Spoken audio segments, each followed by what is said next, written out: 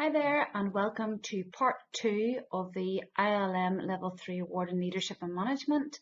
And this is for assignment number 1, Understanding How to Motivate to Improve Performance. And we are looking at the second half of this assignment. So this is about the theory of motivation. So the first assessment criteria is assessment criteria 2.1, and it says describe a recognized theory of motivation. So the theory of motivation I suggest that you use would be the one that we used in your workshop, and that is Maslow's hierarchy of needs. So it would be great if you could explain each of the levels of the theory.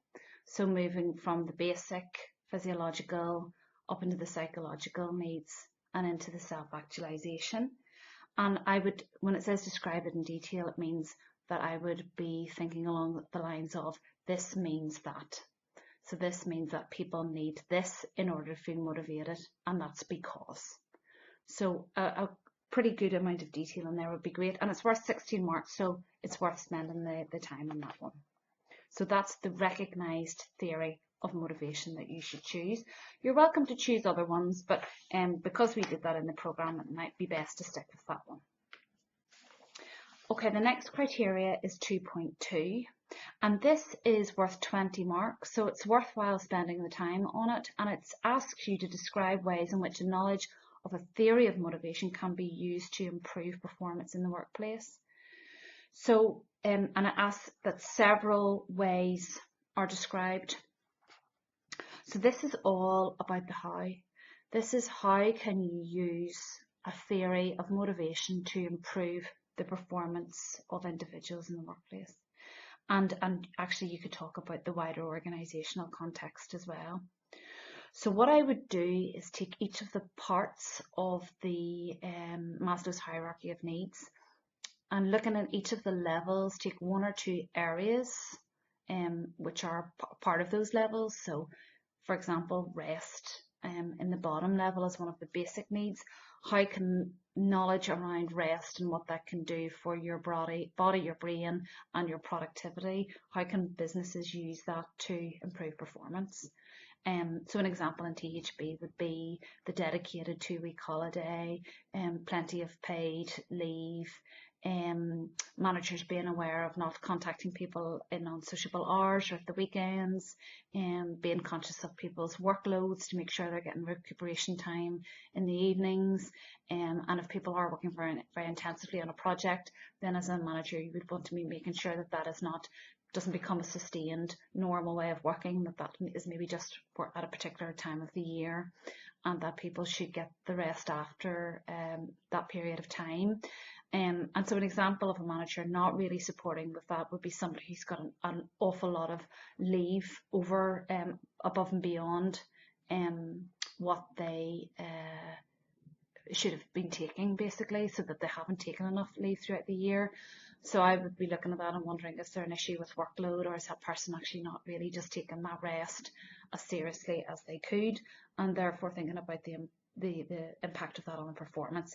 So you could even be talking about someone's health and well-being, their mental health, their physical health, and then things like reputation of the business on top of that. So there's quite a few areas you can go into, and I would do that in detail for each of the areas of that hierarchy of needs.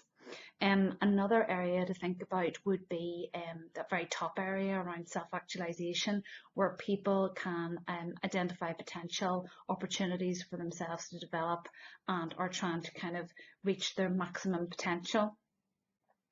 And it would be great to think about actually what can you do, or the business do, or are they currently doing to make sure that that happens. How is that happening, or how is it not happening? How are people being developed to reach their maximum potential, or how is it not happening? So I would really spend the time on that, because there are 20 marks for that criteria. The final one is 2.3, explain how to use employee engagement to increase motivational levels. So a thorough explanation is given around employee engagement. So I would be looking at the 4 pillars of engagement. So that's the model that David McLeod and Nita Clark put it together and as part of our workshop. So the 4 pillars are around strategic narrative, engaging managers, employee voice, and organisational integrity. So that would be a great framework from which to identify how groups and vehicles for encouraging engagement against each of those pillars are realised in the business.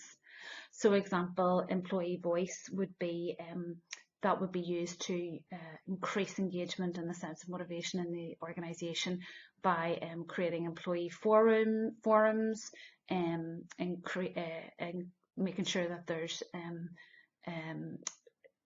that those forums reach every part of the business so that they're very diverse and so that no one feels excluded in any way. It would be that sort of thing that I would be given a good example of how to increase engagement. Another one would be through the organisational integrity, through agreeing values and taking that further by embedding the values into how people communicate and how people behave in the business, and that actually being part of the performance management process. So it's not just what you do, it's how you do it. Okay, and that again is worth 16 marks, so well worth giving the time in terms of really exploring each of those 4 pillars of engagement and how practically that can be applied in the workplace. Okay, so it's worthwhile remembering with ILM that you must pass all of the criteria in order to achieve a pass. So it's a good idea to really focus on the good pass descriptions in the marking sheet. You've got a few days now to email me any questions that you have about the assignments, and I will put those into a fact sheet and forward those to all of you. Okay, thanks.